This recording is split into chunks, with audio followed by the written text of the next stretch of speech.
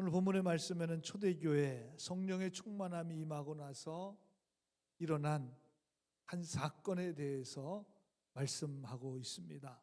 베드로와 요한이 나면서부터 걷지 못하는 그런 장애를 가진 사람, 4장 22절에 가서 보니까 이 사람의 나이가 40여세나 되었더라 그랬습니다. 그러니까 여러분 40년 동안 나면서부터 걷지 못했습니다. 정말 우리가 살아가면서 여러 가지 장애가 있는데 40년 동안 걷지 못했다고 한번 생각해 보세요. 참 이것도 고통스러운 일이었을 것입니다. 그런데 이 사람이 베드로와 요한을 통해서 예수 그리스도의 이름으로 걷고 뛰고 하나님을 찬송하는 기적의 역사가 일어났습니다. 이거 어떻게 말로 표현할 수 없어요. 이걸 어떻게 설명할 수가 있겠습니까? 정말 놀라운 하나님의 기적의 역사가 일어나게 되었습니다. 오늘도 하나님은 살아계신 능력의 하나님이십니다. 여러분 믿으시기 바랍니다. 기적의 하나님이십니다. 놀라운 능력을 이루시는 하나님이십니다. 초대교회 성령의 충만함으로 이런 기적의 역사가 일어났다면 오늘 우리의 예배 가운데 여러분 초대교회에 임하셨던 그 성령이 우리가 예배드리는 오늘 이곳에 임재하고 계십니다. 그렇기 때문에 오늘 우리 앞에 놓여있는 많은 어려운 문제도 해결되고 여러분의 삶 가운데도 놀라운 기적과 능력의 역사가 일어나게 되기를 우리 주님의 이름으로 간절히 축원합니다. 우리 옆 사람은 이렇게 인사했으면 좋겠어요. 매일이 기적입니다. 매일이 기적입니다. 매일이 기적이에요. 매일매일 하루가 기적입니다. 기적이죠. 맞습니다. 삶을 사는 두 가지 방식이 있습니다. 첫 번째로는 기적이 없다고 생각하는 사람. 무슨 기적이 있어? 그런 일이 일어나? 말도 안 돼. 상식적이지 않아. 기적이 없다고 생각해요. 그리고 두 번째 삶은 매일이 기적이라고 생각하는 삶. 선택은 여러분들이 하셔야 돼요. 오늘 우리는 성경에 나와 있는 수많은 기적의 역사 스토리가 있습니다. 우리는 이걸 믿어요. 이걸 믿는다면 오늘 동일하게 우리의 삶 속에서도 매일이 기적이라고 그렇게 생각을 하고 살아간다면 오늘 본문 말씀을 통해서 그럼 어떻게 해야 매일의 기적을 내가 체험하며 살아갈 수 있을까? 오늘 우리가 이 말씀을 통해서 함께 은혜를 나누고자 하는 것입니다.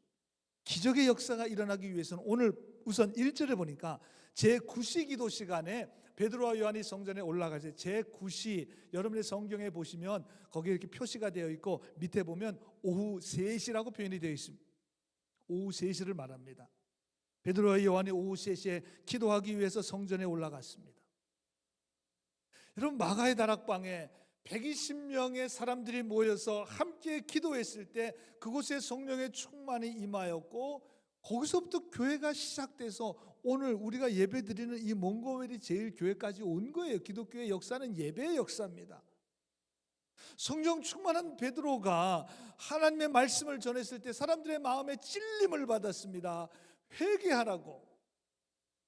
3,000명이나 되는 사람들이 회개하고 기도했을 때 예수 믿고 제사함 받아 구원받고 세례받는 역사가 일어났습니다. 그리고 그곳에 성령의 임재하심이 있었습니다. 여러분 2장에서 제가 말씀드렸잖아요. 42절에 보니까 초대교회는 사도의 가르침을 받고 서로 교제하고 떡을 띠고 오로지 기도하기에 힘쓴 공동체였습니다. 기도의 공동체였습니다. 그러면 그렇게 간절히 기도하니까 자기의 욕심과 이기심을 내려놓고 나누고 사랑하고 섬기고 모든 것이 내 것이 아니라 자기 것이죠. 자기 것인데 이것은 내 것이 아니라 하나님의 것이라고 고백했습니다. 그래서 이 초대교회는 정말 강력한 믿음의 공동체였습니다. 아마 기독교의 역사에 이런 공동체가, 이런 믿음의 공동체가 있었을까 생각될 정도로 정말 강력한 공동체였고, 그래서 우리가 초대교회로 돌아가자는 말은 바로 이런 믿음의 공동체를 이루자고 하는 것입니다. 거기에는 기도가 있었다는 것입니다. 여러분, 그래서 기도에 대해서 아무리 강조해도 지나치지 않습니다. 기도하다 성령 충만을 받고 계속 기도하면 성령의 능력과 역사가 일어나게 될 줄로 믿습니다. 제가 이번 2주간 한국을 방문하고 왔습니다. 여러분, 2주간 동안 잘 지내셨죠? 목사가 교회를 떠나서 다른 곳에 가서 설교를 하니까 참 어색하고 참 힘들어요. 근데 여러분들이 기도 많이 해주셔서 제가 담대하게 가서 말씀을 전하고 왔습니다. 제가 여기 서서 설교하는 게 저한테는 가장 딱 맞는 자리 같아요. 딱 맞는 자리. 늘 느끼지만 여러 가지 일정이 있었지만 제가 어제 새벽에도 말씀드렸지만 7교회를 방문해서 말씀을 전하고 목사님들과 만나는 시간을 가졌습니다. 물론 전화해서 점심 같이 먹자, 저녁 같이 먹자 그럴 수 있지만 만나서 얘기하는 건 한계가 있잖아요. 제가 가서 목회하는 교회도 보고 말씀도 전하고 또 그 교회에 대한 이야기도 듣고 그러면 저도 목회에 대해서 배우고 또 저도 느낄 수 있으니까 그러면서 제가 7교회를 방문하면서 한 가지 정말 강력한 도전을 받은 것은 아직도 한국 교회가 기도가 살아있구나. 그런 말 하잖아요. 살아있네. 살아있어요. 제가 방문해서 설교를 하고 함께 기도하는데 정말 열심히 기도하는 성도들의 모습을 보면서 그럼 한국 교회도 코로나 이후로 우리 이민교회만 힘들어진 게 아니라 한국 교회도 마찬가지죠. 많은 어려움이 있고 또 지금 사회적으로 정치적으로 막 정말 그런 소용돌이 가운데 있잖아요.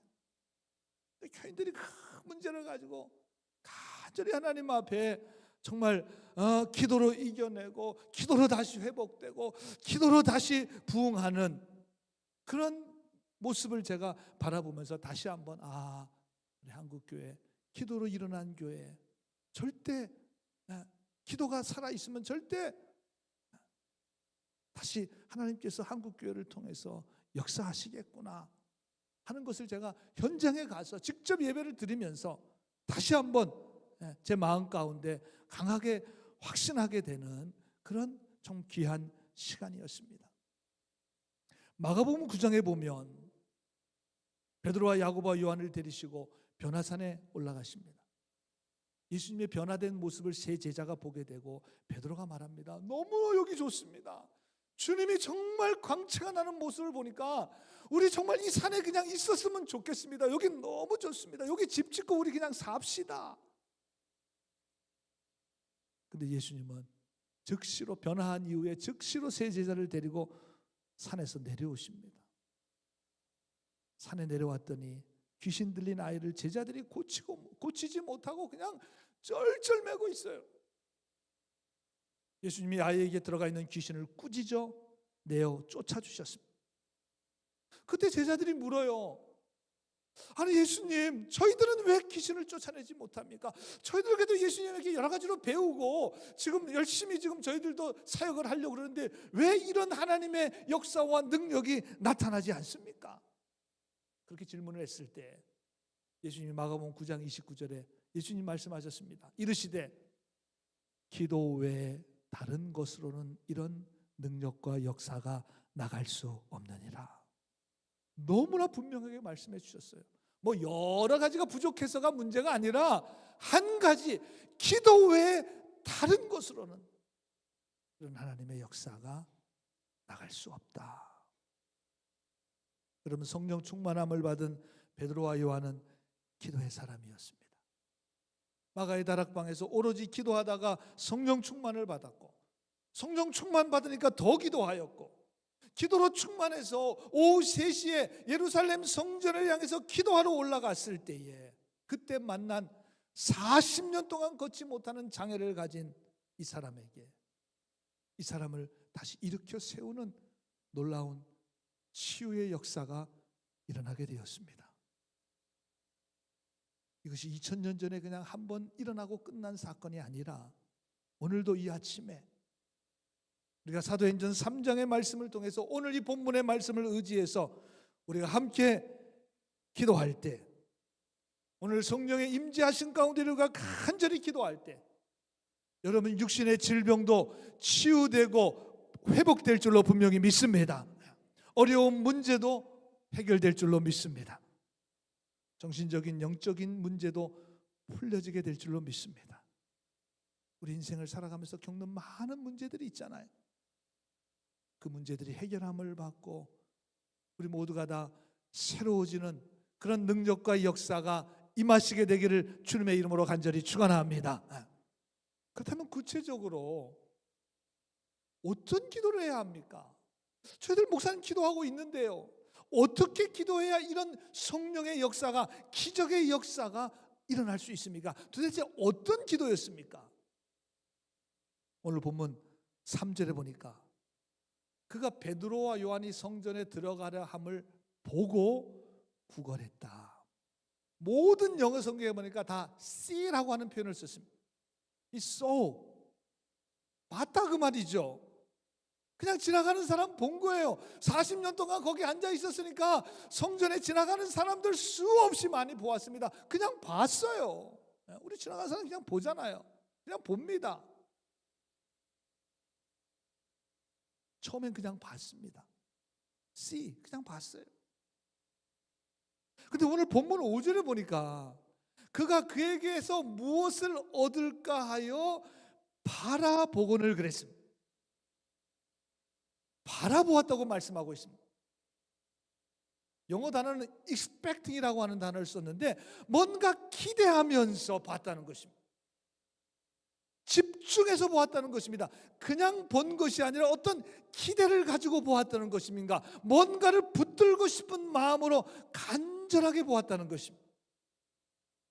그래서 NLT 영어 성경에는 look at them eagerly라고 하는 표현을 썼습니다. 여러분, eagerly라고 하는 말은 간절하게, 열정적으로. look at은 그냥 보는 게 아니라 살펴본다는 것입니다. 조사한다는 것입니다. 아주 유심히 봤다는 것입니다. 그러니까 간절하게 유심히 보았습니다.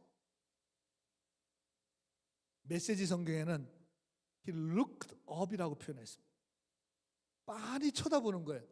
look up은 빤히 쳐다보는 것입니다. 집중해서 보는 거예요. 시선을 흐트리지 않는 것입니다. NRSV 영어 성경에 보니까 he fixed his attention on them이라고. 여러분, fix라는 말은 고치다라는 말도 있지만 고정시키다라는 말이죠. 그 사람이 시선을 베드로와 요한에게 고정시켰습니다. 잠시도 눈을 떼지 않았습니다. 여러분, 그렇습니다. 기도는 주님을 바라보는 것입니다. 어떻게 바라보느냐? 간절히 고정시켜서 집중해서 바라보는 것입니다. 이게 기도예요. 여러분, 기도하면서 딴 생각하면 안 됩니다. 기도하면서 다른 거 보고 있으면 안 됩니다. 기도하면서 마음은 딴 데가 있으면 안 돼요. 그건 기도가 아니에요. 똑같이 기도하는 것 같지만 어떤 사람은 집중적으로, 열성적으로, 간절하게 기대를 가지고 기도합니다. 그러나 어떤 분은 그냥 보면서 기도, 아무런 기도가 다른 거예요. 3절에 보는 것과 5절에 보는 것은 다른 것입니다. 마태복음 14장에 보면 베드로가 물 위를 걷게 되는 기적의 그런 스토리가 나와 있는데, 물론 조금 걷다가 물속에 빠지게 되죠. 그러나 성경을 자세히 읽어보면 14장 29절에 보니까 오라 하시니, 지금 물 위에서 예수님이 오라 그러시는 거예요. 베드로가 배에서 내려 물 위를 걸어서 예수님께로 갔습니다. 주님을 바라보고 갔습니다. 주님께 집중해서 갔습니다. 엄청난 풍랑이 몰아쳤지만 주님께 시선을 맞추고 주님께 집중해서 주님께 시선을 고정시켜서 그는 물 위를 걷는 주인공이 되었습니다. 그런데 곧 이어서 30절에 보니까 바람을 보고 무서워 빠져가는지라. 여러분, 주님을 바라볼 때, 주님께 시선을 놓치지 않을 때는 물 위를 걷는 기적의 주인공이 되었지만 그의 시선이 주님을 향하지 않고 휘몰아치는 바람과 풍랑을 보는 순간 두려움이 찾아옵니다. 성경은 두려워하지 말라고 하잖아요. 두려울 일이 없어서 두려워하지 말라는 것이 아니라 두려움이 몰아치지만 우리의 시선을 주님께로 향하기 때문에 담대해질 수 있는 것인데, 그 시선을 놓치는 순간, 바람을 보는 순간, 풍랑을 보는 순간 두려움이 무서워서 그 물에 빠지게 되었습니다. 주님께 시선이 떨어지는 순간 그런 물속에 빠져들게 되었다는 것입니다. 여러분, 무엇을 어떻게 보느냐에 따라서 믿음의 사람이 되기도 하고 믿음이 연약한 자가 되기도 하는. 여러분, 우리의 영적인 삶에서 가장 중요한 것이 무엇입니까? 여러분, 늘 말씀드리고 여러분 늘 듣는 이야기예요. 간단합니다. 내가 영적인 시선을 도대체 어디다 두어야 할 것인가? 주님을 바라볼 것인가? 세상을 바라볼 것인가? 내가 주님을 의지할 것인가? 사람을 의지하며 살아갈 것인가? 여러분, 오늘 지금 이 시간 여러분들이 선택하셔야 돼요. 이건 누구도 대신해 줄 수 없어요. 내 영적 시선을 어디에 둘 것인가? 주님께 둘 것인가? 세상과 사람에게 둘 것인가? 내 안에 역사하시는 주님을 바라보며 살아갈 것인가? 아니면 내 생각과 내 뜻과 여전히 내 인생의 방법을 가지고 살아갈 것인가? 이걸 우리가 선택하는 거예요. 이건 날마다 선택해야 하는 것입니다. 영을 따라 살 것인가? 육을 따라 살 것인가? 보이는 것을 쫓아 살 것인가? 보이지 않는 믿음의 세계를 바라보며 살 것인가? 여러분, 우리의 대부분의 싸움은 여기서 일어나는 거예요. 이사야 40장에 보면 당시 이스라엘 백성들의 마음과 시선은 절망적이었습니다. 그래서 27절에 보니까 야곱아, 어찌하여 내가 말하며 이스라엘아, 내가 이르기를 내 길은 여호와께 숨겨졌으며 내 송사는 내 하나님에게서 벗어난다 하느냐. 쉽게 말하면 우리와 형편과 처지와 상황은 지금 하나님은 아무런 관심도 없으시니 우리가 하나님께 전혀 도움을 지금 받지 못하고 있다. 지금 현재 피곤하고 힘들고 아프고 억울하고 답답하다는 것입니다. 하나님이 보이지 않는다는 거예요. 의지할 데가 없다는 것입니다. 바라볼 데가 없다는 것입니다.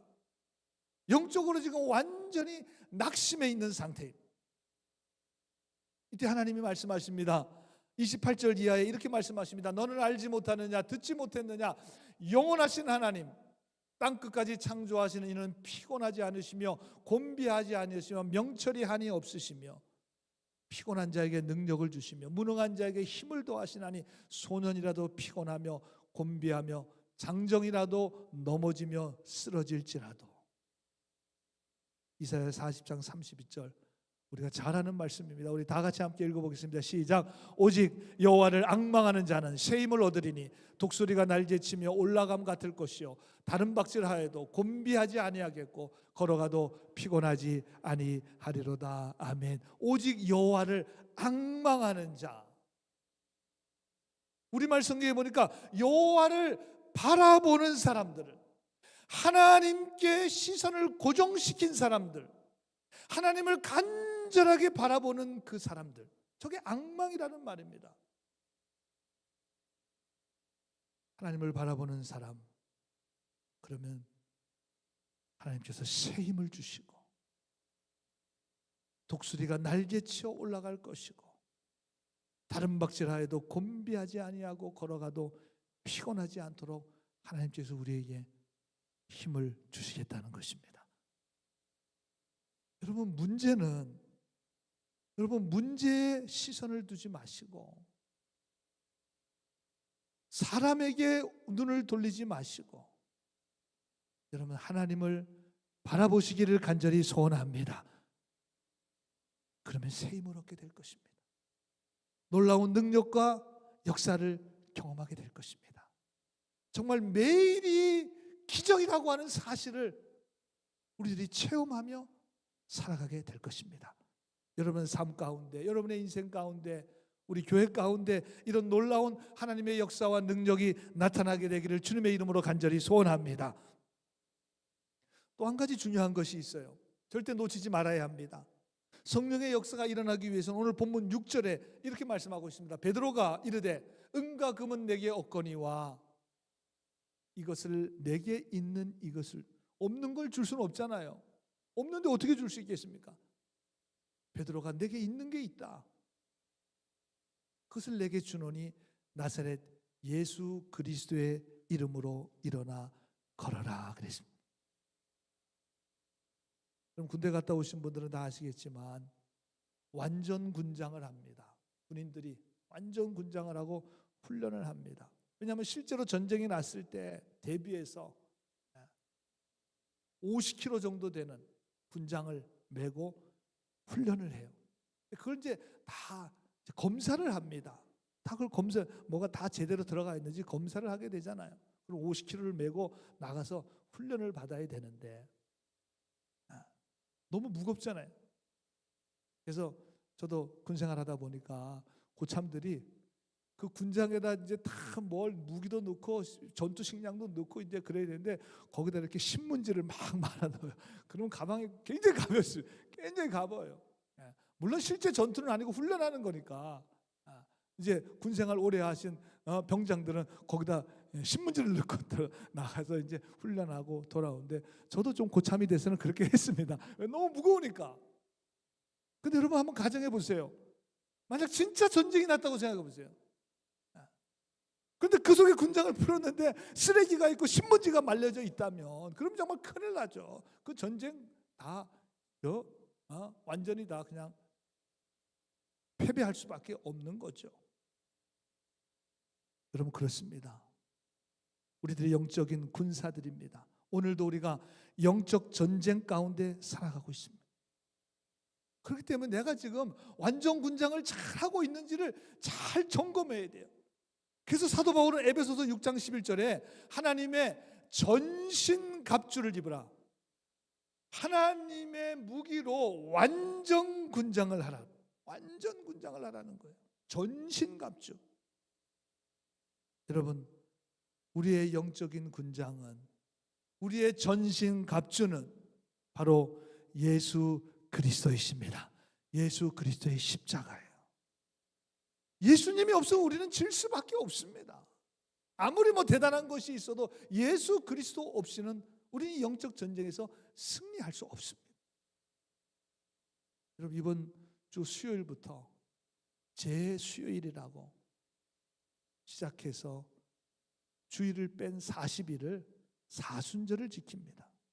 이 40일 동안은 우리가 예수 그리스도의 십자가와 고난을 깊이 묵상하고 정말 완전 군장을 점검하는 그런 때입니다. 우리 1년 중에 정말 어떻게 보면 가장 중요할 때죠. 40일 동안 내 안에 정말 예수 그리스도가 살아계신지, 내가 주님으로 풍성한 삶을 살아가고 있는지, 예수 그리스도께서 지금 내 안에 역사하고 계신지, 예수 그리스도의 십자가의 은혜와 능력이 내 삶 가운데 있는지,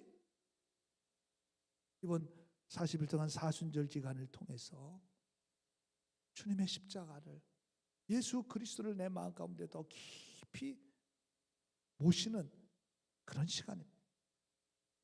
그래서 사도 바울은 빌립보서 3장 8절에 내 주 그리스도 예수를 아는 지식이 가장 고상하기 때문에 내가 그를 위하여 모든 것을 잊어버리고 배설물로 여기면 그리스도를 얻기 위해서 다른 건 다 버리고 내 안에 예수 그리스도로 채워져야 능력 있는 삶을 살아갈 수 있다고 그런 믿음의 고백을 했고, 바울은 그의 고백처럼 영적으로 가장 강력한 삶을 사도 바울은 살게 되었습니다.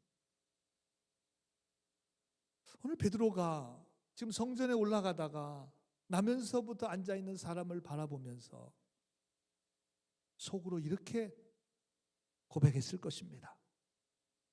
당신이 육신적으로 바라는 거, 금과 음은 내가 가지고 있지 않습니다. 그래서 내가 돈을 줄 수는 없지만 나에게는 그보다 더 훨씬 귀하고 능력 있는 것이 있습니다. 바로 나사렛 예수 그리스도의 이름입니다. 나도 한때 당신보다 더 못한 실패와 낙심, 주님을 모른다고 3번이나 부인한 죄인으로 주저앉아 있었던 사람이었습니다. 그런데 예수님이 나를 다시 일으켜 주셨고 성령의 충만함을 허락해 주셨습니다. 이제 그분의 능력을 힘입어서 나도 그분의 이름을 당신에게 주려고 합니다.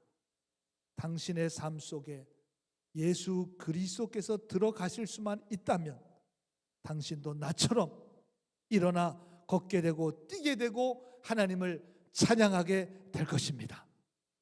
이런 믿음의 확신과 신뢰를 가지고 베드로는 40년 동안 장애를 갖고 살았던 사람에게 담대히 선포합니다. 오늘 본문 6절이죠. 나사렛 예수 그리스도의 이름으로 일어나 걸어라. 예수 그리스도 이름을 주었습니다. 왜? 가지고 있는 걸 줘야 되잖아요. 주님의 이름을 주었습니다. 능력의 이름을 주었습니다. 치유의 이름을 주었습니다. 회복의 이름을 주었습니다. 능력의 원천인 예수 그리스도의 이름을 주었습니다. 그는 다시 일어나게 되었습니다. 여러분, 우리를 일으켜 주시는 분은 예수 그리스도이십니다. 여러분들을 치료하시고 회복시키시고 온전케 해주시는 분은 바로 예수 그리스도이십니다. 다시 새롭게 하시는 분도 예수 그리스도이십니다. 우리가 renew together with Jesus Christ. 예수님이 함께 하셔야 우리가 새롭게 될 수 있습니다. 우리가 어떻게 새롭게 될 수 있겠습니까? 주님이 함께 하셔야 새롭게 됩니다. 사랑하는 성도 여러분, 힘들고 어려운 고난의 삶의 현장 가운데서 때때로 정말 내 힘으로 감당할 수 없는 문제 가운데 주저앉아 있는 그런 상황 속에서 나를 도와줄 사람이 정말 아무도 없다고 생각되어지는 그 상황 가운데서 오늘 사도행전 3장 우리에게 주시는 메시지는 너무나 분명하고 강력합니다. 예수의 이름으로, 주님의 이름으로, 성령의 능력으로 다시 일어날 수 있습니다. 아니, 일어나야 합니다.